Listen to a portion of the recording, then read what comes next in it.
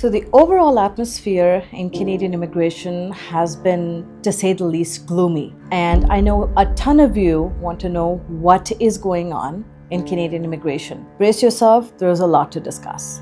Indian students studying in Canada have reportedly been receiving emails asking them to resubmit crucial documents such as study permits, visas and educational records including marks and attendance. Canada has experienced a significant surge in international student enrollment. We are here today because Canada is broken. You know, immigration in Canada is not just something that we do, it's who we are. It's who we've always been. In recent decades, my home country, Canada, has had the image of a successful and accepting nation, welcoming millions of upwardly mobile immigrants. But in the face of rising poverty, a housing crisis, and an influx of more than 1 million people last year alone, anti-immigrant sentiment is now growing, with 60% of Canadians now saying it's too high.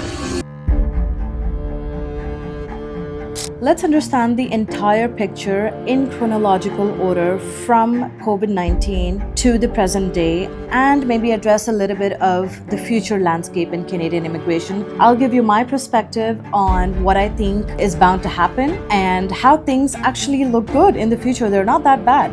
So hear me out. Hello everyone, this is Rashmi from Cougar Immigration. I'm a regulated, certified immigration professional out here in Windsor, Ontario. And over the years, we have helped many people achieve their Canadian immigration dream through the evolving policies and economic conditions in Canada. Canada has always been a global leader when it comes to immigration. It has been a pioneer in maintaining inclusivity, openness towards new immigrants. And so going into the pandemic, this has caused the Canadian immigration landscape to transform entirely. We all know the pandemic came with its own challenges. And so when we try to draw comparisons between how the pre-pandemic immigration landscape looked like versus how it is looking like today, here's what we find out.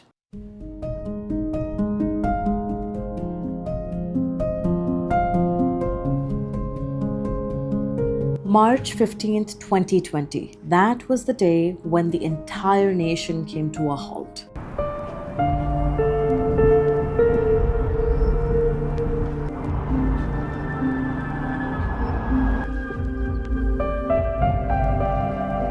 At the end of 2019, the Canadian population stood at 37.5 million. Going into the pandemic, about 5 million people were infected, and out of which 60,000 people in Canada lost their lives. Now, this created a huge imbalance in the labor market of Canada, and the economy was anyways at a standstill. To offset this or to recover from this, what the Canadian government did at the time was introduce programs such as the low CRS score job, which was pulled at a score of 75 points, which was unprecedented ever in the Canadian history. They also introduced additional streams such as the TR to PR pathway as an example, to be able to allow as many temporary residents as possible to transition into a permanent resident status and thereby contribute to the economy to be able to lift it. So just in the years 2023, the country saw an increase in population growth by 1.1 million. And this primarily happened because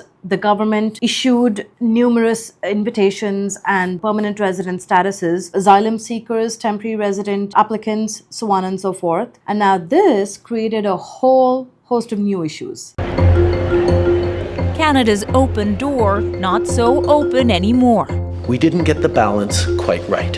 The Prime Minister says post-pandemic immigration was too high, so the feds are cutting back, leaving temporary workers and students in limbo. Everyone has a dream to get PR in Canada. It will be difficult for me, like maybe I should back to my home country. And employers scrambling. I don't know who government thinks we're going to be hiring, and I got to tell you, it's gonna hurt. Issues such as housing, healthcare, and an excessive imbalance in the job market, and I'll go deeper into them. It doesn't make sense. Whatever's happening now doesn't make sense. From his downtown Toronto balcony, a housing market Phil Warder once saw as attainable is now anything but. We were putting in bids and we thought we were being competitive. Housing was affected extremely because of the sudden growth in population that Canada was not prepared for. Excessive demand on the healthcare system, also for the same reason. Canada was not prepared with the number of healthcare professionals that they would need to be able to balance the influx and the sudden growth in this population. And the job market was also not ready with the sudden population growth, close to 1.1 million people, which have led to the unprecedented transformative changes and sudden transformative changes in 2024 in the Canadian immigration landscape. Today, I am announcing 3 principal measures. 1, a temporary 2-year cap on new international student permits. In addition, effective immediately, applicants must provide a provincial attestation with their study permit application. As of September 1st of this year, postgraduate work permits will no longer be available to public-private institution models. Thirdly, in the coming weeks, we'll be announcing that open work permits will only be allowed and be available to spouses of international students enrolled in master's and doctoral programs, as well as professional programs such as medicine and law. 2024, we saw major reforms in the postgraduate work permit program. Just to begin with, students now require an English language test or a French language test to even be eligible to apply for a PGWP. Majority of the private institutions are now no longer participants of the postgraduate work permit program. Unfortunately, the government has taken that away from them. And to be eligible for a PGWP program, you now need to have completed a course in the selected preferred labor market streams set by the government. And you can find them here on this page.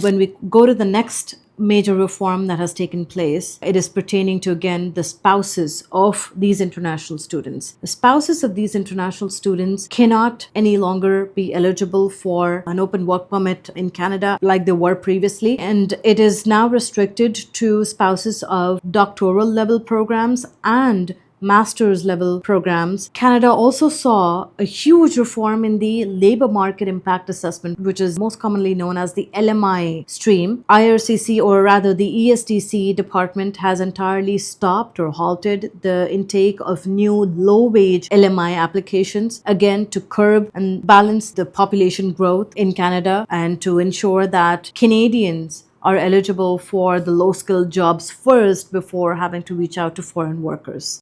We are tightening the rules and restricting eligibility to reduce the number of low-wage temporary foreign workers in Canada, with exceptions in certain industries like healthcare, construction, and food security.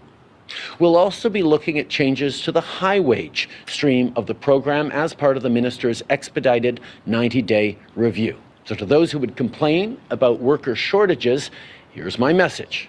There is no better time to hire and invest in Canadian workers. Now, all these reforms have been put in place with the hope for Canada to be able to curb the sudden population growth and maintain a stable economy. So what does all this mean for the future of Canada? In my opinion, the government of Canada is aiming to bring the immigration level back to how it was pre-pandemic. The Canadian immigration was stable, it was growing, and it was effective. All of these changes and reforms that we have seen take place this year are a part of the 2025 to 2027 immigration levels program, which, as we have all noticed, was an abrupt and aggressive measure by the government. And it could have been because of various factors such as external political factors and so on and so forth, which we're not going to get into in this video, but are catered to bringing back the stability that Canada has always seen when it comes to population growth, when it comes to housing,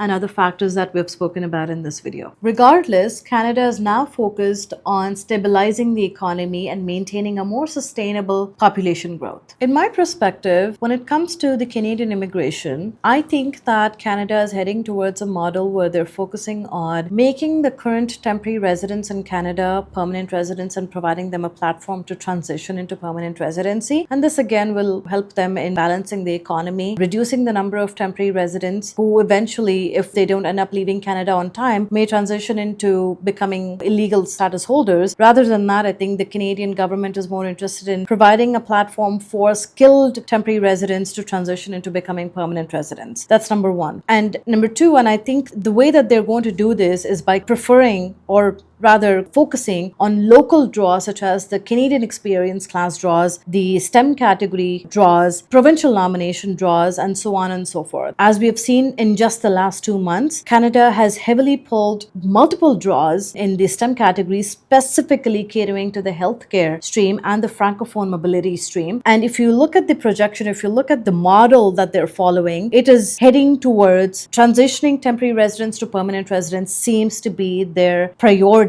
at this point. Now, in 2025, what do I think the government will start off with? Well, first of all, let's look at it this way. 2025 comes with its own immigration target, and the immigration levels, in a way, sort of reset themselves in the beginning of the year. If we have not seen Canadian Experience class draws take place at reasonable scores in the last couple of months, it is safe to say that probably the government has reached its quota or its target for the Canadian Experience class. And so that quota may very well reset when 2025 begins. And so applicants can definitely be hopeful about that. The FSWP draws, which is the Federal Skilled Worker Program draws, is also one of the oldest draws that has been conducted since a very long time, since the beginning of the express entry system, and that caters to specifically skilled workers in Canada. And so if we look at all of this, keeping all this in mind, it is very hopeful. I would like to conclude saying that it is very hopeful for aspirants and applicants, whether in Canada or maybe to some extent outside Canada as well. Maybe not directly for PR pathways, but through other pathways such as the Temporary Foreign Worker Program or even a study pathway. It's not all said and done. I mean, it's still very much a pathway that leads towards a PR if you choose the right courses. So all said and done, I think there's still a lot of hope. There's still a lot of possibility for your Canadian immigration dream to come true. You just have to have the right guidance. You need to have done the right research when you speak to somebody, when you speak to a professional.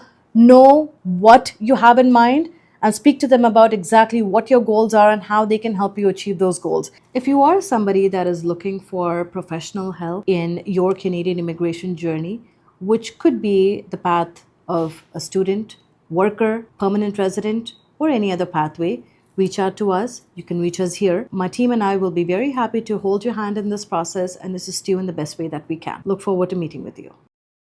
We're proposing new measures to strengthen the integrity of the immigration system. The first is to put an end to an irritant with the U.S., which is a practice known as flag polling, people that leave Canada with no intention to spend any time in the U.S. Finally, of interest to this and people that follow this issue, we're implementing further measures that will reinforce program integrity and reduce potential LMIA fraud, such as removing additional points that candidates receive under express entry for having a job offer. This measure is expected to remove the incentive for candidates to purchase an LMIA, resulting in increased fairness and integrity in the express entry system and taking some of the value of the fraud already being perpetrated in the LMIA system.